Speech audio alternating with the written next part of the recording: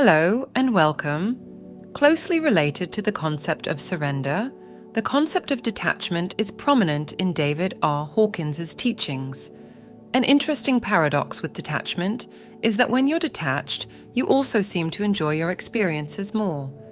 You are able to enjoy whatever is present in your experience as it is while immersing yourself in the experience without placing any demands on it. When you meet life in this open manner, life seems to open up to you too. As with so much in life, it's about cultivating one habit or the other. When you habitually become attached to outcomes, things, and people, the present moment never seems good enough. This means that you cannot engage with life fully. David R. Hawkins teaches that detachment is rooted in surrendering the need for control and aligning with the natural flow of existence. It is about moving beyond the ego's incessant drive to define life, label experiences, and seek security in external outcomes. The ego thrives on attachment, weaving stories of scarcity and separation that keep us locked in cycles of desire and fear. However, as Hawkins explains, detachment allows you to transcend this egoic pull, enabling a shift to higher states of consciousness where love, joy, and peace become accessible. Hawkins emphasizes that this creates an openness to life itself, allowing you to experience each moment fully without being consumed by the mind's narratives. This process aligns with his teachings on surrender and higher consciousness, where you release resistance to the present moment and discover the innate power that arises from acceptance rather than force. As you absorb these teachings, you are reminded that you need to observe these dynamics in your own life if you truly wish to understand what this is all about, so that you can see the radical difference it means to live from a place of attachment or detachment for yourself. Because this is what we are talking about. A radical shift that begins on the inside, permeates your whole being, and ripples out into your interactions with the world and other people. Freedom through detachment is an idea both simple and transformative. You step into a space of profound liberation by relinquishing personal desires and the constant need for validation. Saying, "I'm good either way," is not just a passing thought. It's a declaration of freedom from the grip of others' opinions, from the negativity that comes with unmet desires, and from the endless cycle of mental negotiations over things that ultimately don't matter. By letting go of this grasping, you free your mind and your time and energy, which can now be directed toward what truly aligns with your inner purpose. Detachment is not about withdrawing from life or suppressing emotions. It's instead a deliberate release of attachment to outcomes, possessions, and the ego's demands. It's the practice of consciously letting go of what is unnecessary and untrue so that you can focus on what genuinely matters. What this means is up to you, but when we're attached, we are usually not good at prioritizing. This practice requires discernment. It implies a refined clarity about where to direct your attention, energy, and emotions. When you are less attached to your emotions, you can allow them to exist without being controlled by them. Emotions are felt fully, processed naturally, and then released. Suppression, on the other hand, stores unresolved feelings in your body where they create blockages that may take years or decades to address. This distinction is central to Hawkins' teachings. Many of us are unaware that we even have this choice, to allow emotions to pass through us without clinging to them. When you release suppressed emotions, you become lighter, freer, and less burdened by the past. We have a whole video about releasing blocked emotional energy, and there will be a link to it at the end screen. One of Hawkins' most central ideas is the distinction between power and force, which is closely related to the concept of detachment. Force operates from the ego, relying on control, resistance, and external manipulation to achieve outcomes. It is inherently tied to the lower levels of consciousness, such as fear, pride, and anger, which perpetuate separation and attachment. Force is exhausting because it is rooted in struggle and opposition. It demands that life conforms to our desires and expectations. Power, on the other hand, is effortless and arises naturally from alignment with truth and higher consciousness. Detachment allows you to access this power because it involves releasing the ego's grip on control and resistance. In this state, you no longer rely on force to navigate life. Instead, you move with the flow of existence, grounded in acceptance and inner stability. Power becomes an inherent quality of being, where clarity and ease replace struggle and striving. We have a whole video about the difference between power and force, and there will be a link to it at the end screen.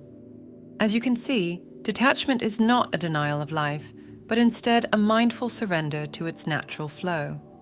It's the realization that you can step away from the emotional entanglement that comes with attaching to specific outcomes. This practice is a conscious decision to live from a place of inner alignment rather than external compulsion. The ego, which operates through fear and desire, thrives on attachment. It convinces you that happiness is conditional, based on achieving, obtaining, or controlling something. But this pursuit often leads to stress, frustration, and dissatisfaction.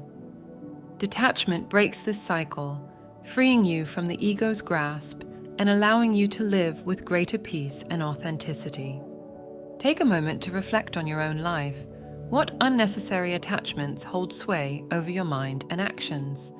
Perhaps you cling to having things a certain way, whether it's material comforts, specific outcomes, or minor preferences, such as picking the perfect movie to watch. These small attachments often go unnoticed. They are unconscious until we pause and reflect on whether they truly matter. But when you do, you realize both how unnecessary they are and how much time and energy they consume. It can feel strange when you first observe this dynamic at play. As stated in the beginning, it prevents us from enjoying the present moment fully, and you can see how your mind starts to find faults with what is when you don't get what you want, maybe because circumstances don't allow it, or because other people's wills are involved. Think of how counterproductive this is if you want to be happy and content instead of unhappy and discontent. Instead of looking for what is good about what you are experiencing, you do the opposite because you want to be right about your belief that you didn't get what you wanted or needed. This also shows how important mindset and focus are. If you're looking for faults, you will find them, and if you're looking for what's good in something, you will find that as well. This is of course not about putting on rose-colored glasses.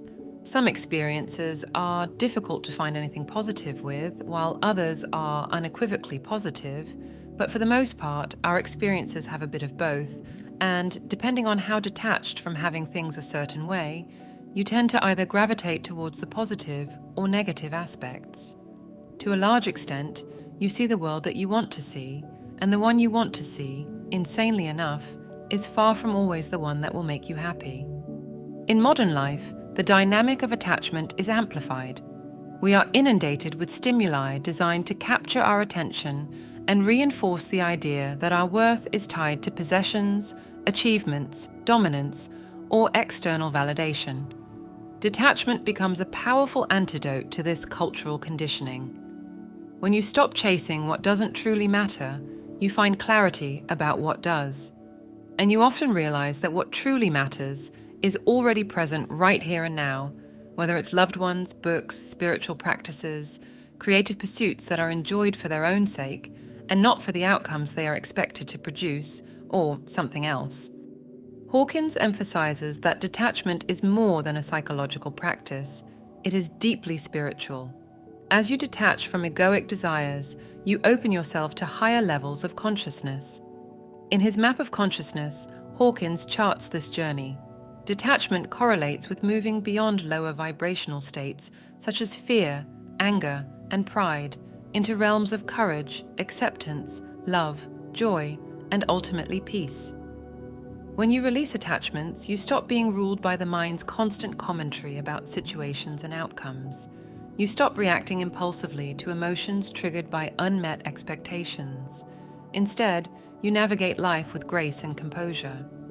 Practicing detachment in daily life can begin with small, everyday choices. For example, consider the moments when you find yourself insistent on having your way about minor things. Perhaps it's a disagreement over dinner plans or how to spend an evening. Instead of clinging to your preference, ask yourself, does it truly matter? The answer is often no. By letting go, you practice detachment in real time. This doesn't mean abandoning your needs or becoming passive.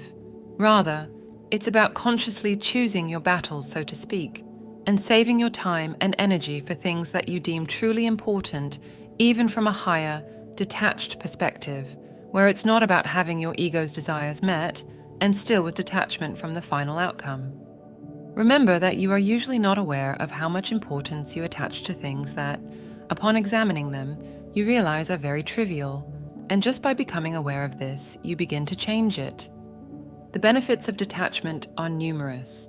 You will find yourself less affected by stress and anxiety because your inner peace is no longer dependent on external circumstances. This resilience allows you to weather life's ups and downs without becoming overwhelmed. Detachment also enriches your relationships. When you let go of ego-driven expectations and see people for who they are, interactions become more genuine and fulfilling. Relationships thrive in the absence of transactional demands. By not clinging to how others should act or what they should provide, you create space for mutual respect and authenticity. What you will notice is that the habit of attachment to certain outcomes makes you demand things from other people, with the result that you become disappointed, angry, and frustrated when they don't live up to your expectations. This also often makes people resistant towards you. Other people, whether they are conscious of it or not, can feel what kind of energy you bring into the interaction. And if they do give you what you at least think that you want, it's often reluctantly, which takes much of the enjoyment out of getting what you want. If you instead find a way where everyone gets what they want, which is always the case when no one's ego is involved, you will find that the enjoyment is amplified. Which brings us to another transformative benefit of detachment. This is the freedom it brings to your decision-making process. Without the burden of overthinking or fear of judgment, choices become clearer. You act with a sense of alignment and trust in the natural unfolding of events. Hawkins teaches that detachment allows for this flow because it removes the blockages of fear and resistance, so that you can see clearly what choices will benefit everyone. At its core, detachment is about surrender. Surrender, as Hawkins explains, is not passive but active. It is the act of releasing resistance to what is and aligning with the present moment. It requires faith, not in an external system, but in the inherent wisdom of life itself. When you surrender, you stop trying to control every detail of your experience. You step into a state of allowing, where solutions often arise naturally and effortlessly. This state of allowing reaches beyond the personal, expanding into a profound spiritual practice that bridges the gap between your individual experience and the universal flow of existence. Detachment, in this sense, not only liberates you from personal turmoil, but also nurtures a deeper connection with higher consciousness. The ego, in its constant need to define, compare, and control, creates a sense of separation.